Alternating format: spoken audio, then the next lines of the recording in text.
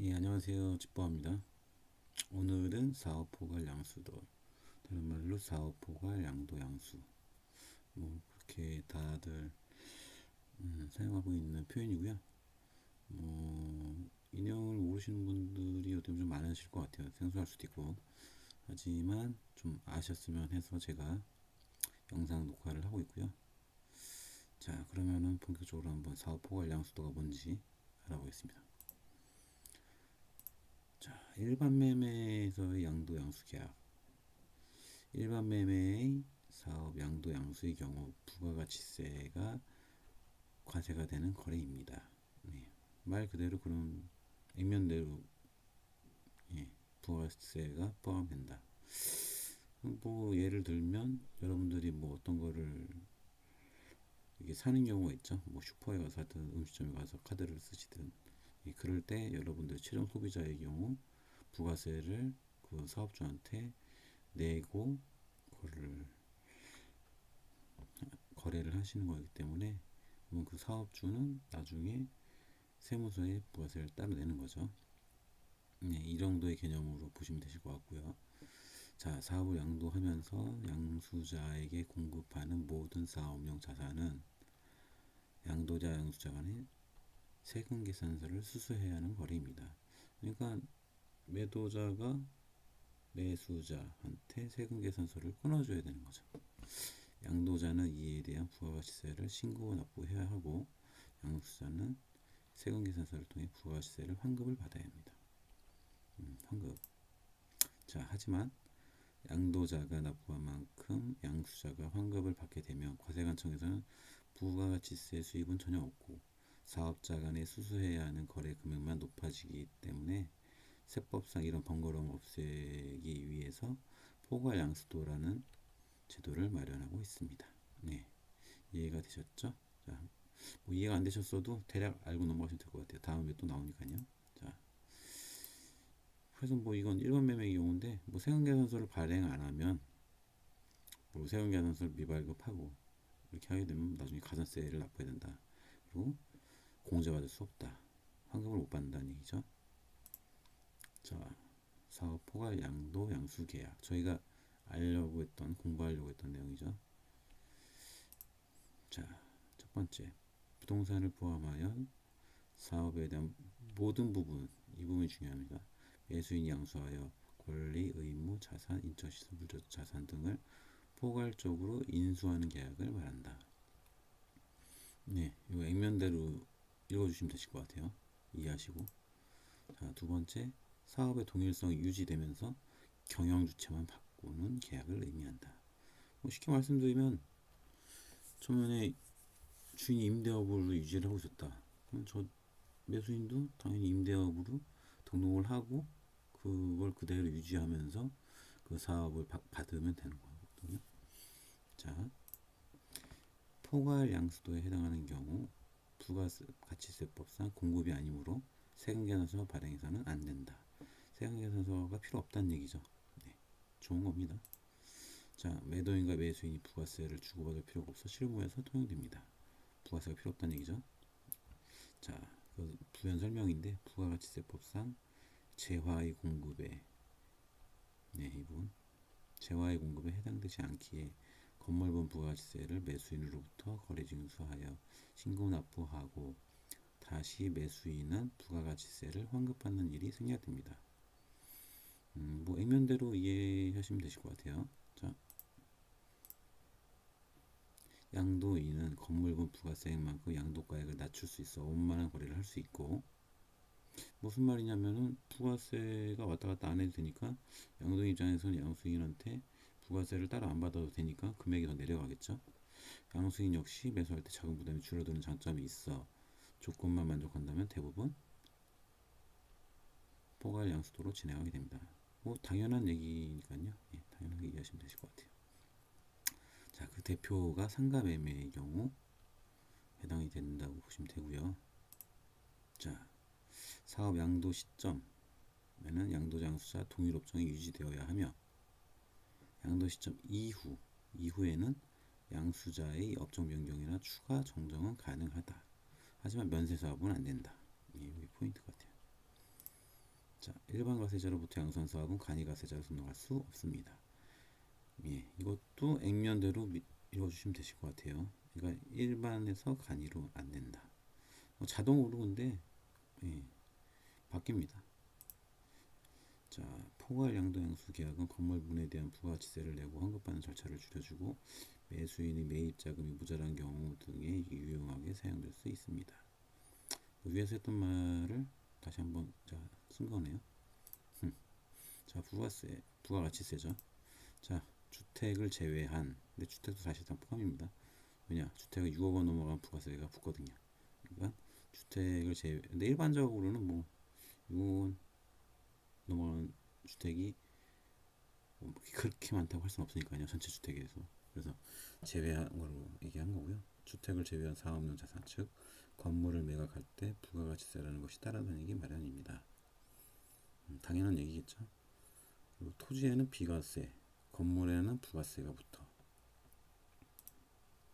자, 실질적인 세금이 납부자는 소비자, 최종 소비자라고 얘기하면 되겠죠. 사업자는 재화 판매 시 소비자들에게 부가가치세를 부담하게 하고 소비자들이 내는 거예요. 예. 이렇게 소비자에게 받아들인 부가가치세를 사업자가 대납을 하는 거죠. 세무서에. 부가가치세는 최종 소비자가 납부하는 것입니다. 자, 매수자는 사업자 등록을 하면 소비자가 아닌 임대사업을 하는 사업자로 보기 때문에 부가가치세를 다시 환급받으실 수 있습니다. 이것도 뭐 액면대로. 자, 부가가치세 뭐 어려운 거 아닙니다. 아까 얘기했던 거의 연장인데요. 매도자, 매수자의 관계에서 시작하는 거고 그 중간에 이제 세무서가 있는 건데 당연히 뭐 매도자는 매수자한테 세금 계산서를 끊어줘요. 언제? 매수자가 매도자한테 부가세를 냈을 경우. 그러면은 이 부가세 받은 매도자는 부가세 납부를 세무서에 해야겠죠. 그럼 세무서는 그러면 매수자는 세금 계산서를 가지고 세무서에서 부가세를 환급을 받으면 됩니다. 뭐 어려운 얘기 아니죠. 뭐 액면대로니까요. 뭐 읽어보시면 되실 것 같고요. 자, 사업포괄 양도양수 계약서 작성법. 계약서 작성법 이거는 뭐 사실 뭐 부동산 하시는 분들이 뭐 잘 아시겠지만 그래도 잘 모르시는 분들도 계시고 저도 사실 잘 모르는 부분이 있어서 내용을 넣었고요. 자, 한번 볼까요? 자, 특약사항의 본 계약은 사업 포괄 양수도로 진행한 계약임 또는 사업의 모든 권한, 권리, 의무를 포괄적으로 승계하기로 한다. 또는 사업 포괄 양도 양수 계약서를 작성한다. 예, 요 양식이 따로 있고요. 필요하신 분은 네이버에서 집보화를 검색하시면 저희 블로그로 오는데 거기에 다시 올려놓을 테니까 참고하시고요. 자, 뭐 건물가액, 토지가액을 뭐 자세하게 기재한다. 매도인과 매수인이 사업 포괄 양도 양수를 하게 되면 매도인의 자산은 물론 부채까지도 승계되는 경우가 있으므로 이 부분이 중요한데요. 매도인의 부채가 승계되는 경우가 있다. 부채를 내가 받을 필요는 없잖아요, 그죠? 매수인이. 그러니까 매수인은 그런 걸 조심해야겠죠. 그래서 양도인한테 국세환납 증명서를 첨부하라고 하거나 부채와 미납세금을 인수하지 않는다라는 특약을 명시해야 합니다. 이 부분도 중요한 얘기죠. 국세환납 증명서라든가 부채와 미납세금을 인수하지 않는다. 제가 봤을 때 뭐 둘 다 써도 될 것 같아요. 그리고 미수금과 조세 공과금을 포함하여 폐업으로 인해 발생한 부가가치세는 양수인이 부담하도록 한다. 근데 사실 이 부분은 뭐 이렇게 필요하지도 않을 수도 있고요. 뭐 매수인하고 매도인 그 양쪽이 협의하에 하는 내용이라서 넘어가겠습니다. 자, 사업 포괄 양도 양수가 성립되지 않을 경우 그러면 뭐 일반 매매겠죠. 일반 매매. 일반이면 당연히 부가세가 붙는다. 계약 성립 요건. 자, 양도인 양수인 당연히 세금을 내고 있어야 됩니다. 양도인이 일반 과세, 양수인이 간이 과세. 그러면 과세관청이 직권으로 일반 과세자로 전환을 시키고요. 양수인이 간이 과세자를 고집한다면 이 부분이죠. 고집하면 어쩔 수 없는 거죠. 포괄 양도 양수가 안 되니까 일반 매매로 진행할 수밖에 없는 겁니다. 자, 조건이잖아요. 이게 성립요건. 그러니까 사업 전체를 해야 되는 거고, 이게 일부는 안 된다는 거예요. 자, 사업체 중 일부, 자산 중 일부는 안 된다. 자, 업종, 임차인, 하청업체, 직원 등 조건이 불변. 이 부분이 참 중요한데요. 파란색으로 되어 있지만 빨간색 같은 파란색. 예. 그러니까 조건이 불변해야 된다는 거고, 그대로 양수해야 된다. 자, 예시를 볼까요? 부동산 임대업을 사용하고 있는 건물을 양수인이 휘트니스 센터로 바꾼다. 그러면 업종이 변경되는 거잖아요. 그러면 일반 매매로밖에 할 수 없다. 네, 별거 아니지만 조건이 바뀌면 안 된다. 다시 한번 검수. 자, 예시 두 번째. 1층 임차인이 직접 건물을 매수하여 1층만 직용으로 영업하고 나머지 층은 임대 사업을 할 계획이라면 조건의 변경이 있으니까 포괄 양수도는 해당되지 않는다. 그러니까 이 부분이 중요하죠. 이것도 임차인이 직접 건물을 매수해서 1층은 자기가 하고 나머지 층을 임대 사업한다. 이게 조건이 바뀌는 거거든요. 안 된다는 거고요. 자, 세 번째. 일반 음식점 운영하는 경우 같은 일반 음식점이 한식 중식 영업을 할 양수인이라면 포괄 양수도는 가능합니다. 그런데 만약 커피숍, 휴게음식점, 부동산 임대 사업을 하려는 양수인이라면 포괄 양수도는 진행할 수 없고 일반 매매로 가능합니다. 뭐 똑같은 얘기예요. 조건이 불변해야 되는데 이건 조건이 바뀌는 거잖아요. 이렇게 되면 일반 음식점에서 커피숍, 부동산 임대, 일반 매매를 해야 된다. 자, 포괄 양수도 가능 여부. 과세 유형별로 볼까요? 자, 과세 유형, 양도 양수자로 나눠져 있는데 지금 뭐 포괄 양수도가 다 가능하다고 돼 있어요. 근데 단 조건이 있죠. 일반에서 일반 넘긴다. 무조건 가능한 거고요. 일반에서 간이가세는 원래는 안 되는데 과세관청에서 이거 자동으로 일반 과세자로 전환을 시키면 가능하다는 거죠. 근데 아까 위에서도 말했지만 고집을 한다. 간이가세로. 그러면은 일반 과세자가 안 되겠다고 하면 이거는 포괄 양도 양수가 아니라 일반 매매이기 때문에 부가세를 내야 되는 거죠. 자, 비사업자, 면세사업자, 뭐 이것도 액면대로입니다. 가능한데 잔금을 지급하고 나서 일반 과세 사업자로 등록을 해야 된다는 거죠. 다 일반으로 해야 되는 거죠, 그렇죠? 표현만 지금 이렇게 돼 있지만 일반으로 다 해야 되는 거예요. 일반에서 넘길 때, 자, 간이가세에서는 일반이든 간이든 다 된다, 맞죠? 간이가세에서는 일반이든 간이든 다 된다. 일반에서 넘길 때가 주의해야 되겠죠. 이 두 가지. 간이가세자랑 비사업자, 면세사업자. 자, 사업포괄 양도자, 양수자 신고사항입니다. 양도자는 폐업 신고를 해야겠죠. 폐업 신고를 하는데 뭐 폐업 사유 요청했으면 되고 사업 양도 양수고, 그리고 사업 포괄 양수도 계약서가 있으면 그걸 지참하면 되고, 또는 계약서가 있으면 계약서를 지참하면 됩니다. 폐업일이 속한 달의 다음 달 25일까지 폐업 부가세 신고를 확정 신고를 하는 거죠. 해당 기간 중에 실적이 돼서 다음 달 25일까지.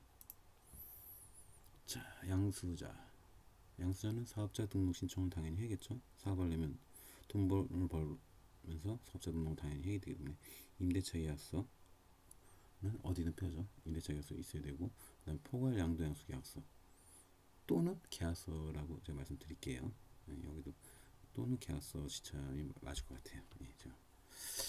그리고 개업일로부터 20일 이내 사업자 등록을 해야 되고, 근데 사실 20일 이내 하는 게 아니라 보통 근데 다 특별한 사정이 없는 한 잔금 지급하고 나서 바로 사업자 등록을 하죠. 왜냐? 그래야 세금 혜택을 보니까요. 그리고 동종사업, 동종사업이잖아요, 맞죠? 사업 포괄 양도 양수는 동종사업이니까 잔금 지급일에 매도인 매수인이 세무서에서 명의 변경을 하면 됩니다. 그러니까 여기에 좀 맞는 얘기인 것 같아요. 그러니까 이날이 사실 제일 바빠요. 이 잔금 지급일이. 부동산이 하나님 신경 쓰기 너무 많습니다. 뭐 매도자, 매수자, 뭐 그분들도 정신 없으시겠지만, 자, 실무상 포괄 양수도 계약 여부를 판단하기 위한 분들이 많습니다. 이것을 보완하기 위해 양수자 대리 납부 제도를 두고 있습니다. 이 부분은 사실 저도 잘 몰라서 이번에 좀 찾은 건데 대리 납부할 수 있는 제도가 있더라고요. 그래서 아마 세무사분들이 아마 하는 걸로 알고 있고요. 판단을 근데 부동산에 못할 일은 거의 없고요. 뭐 간혹 놓칠 수는 있겠죠. 사람이니까. 하지만 하면 된다는 거 어렵지 않습니다. 자, 사업 포괄 양수도 계약 불가능이에요. 그러니까 사업 포괄 양수도 계약이 안 된다는 거죠. 자, 어떤 경우냐? 사업과 직접 관련 있는 토지와 건물을 제외하고 양도할 때. 뭐 당연히 이건 일반 매매죠. 부동산 임대사업자가 해당 부동산 임차인에게 건물을 양도할 때. 아까 앞서 예시에 나왔었죠. 임차인에게 건물을 한다. 그러면 조건이 바뀌는 거기 때문에 포괄 양수도 계약이 불가능하다. 자, 매도인이 임차인을 내보내는 조건으로 건물을 양도할 때 이것 또한 조건이 바뀌는 거니까 안 됩니다. 건물주가 직접 본인 건물에서 판매 등을 하다가 양도할 때 마찬가지죠. 예. 양수자 관리관리 전환 2014년 2월 21일 개정이 됐군요. 그래서 양수자가 양수한 이후 1년 매출액이 4,800만원 미만인 경우에는 간이가세로 전환이 가능하다. 당연한 거죠. 어떻게 보면. 네, 이상 오늘 짧게 내용을 마쳤고요. 좀 더 궁금하신 내용이 있거나 알고 싶은 내용 앞으로도 뭐 제가 좀 찾아서 올릴 건데요. 여러분한테 좀 도움이 되길 바라고요. 오늘은 여기서 마치겠습니다. 감사합니다.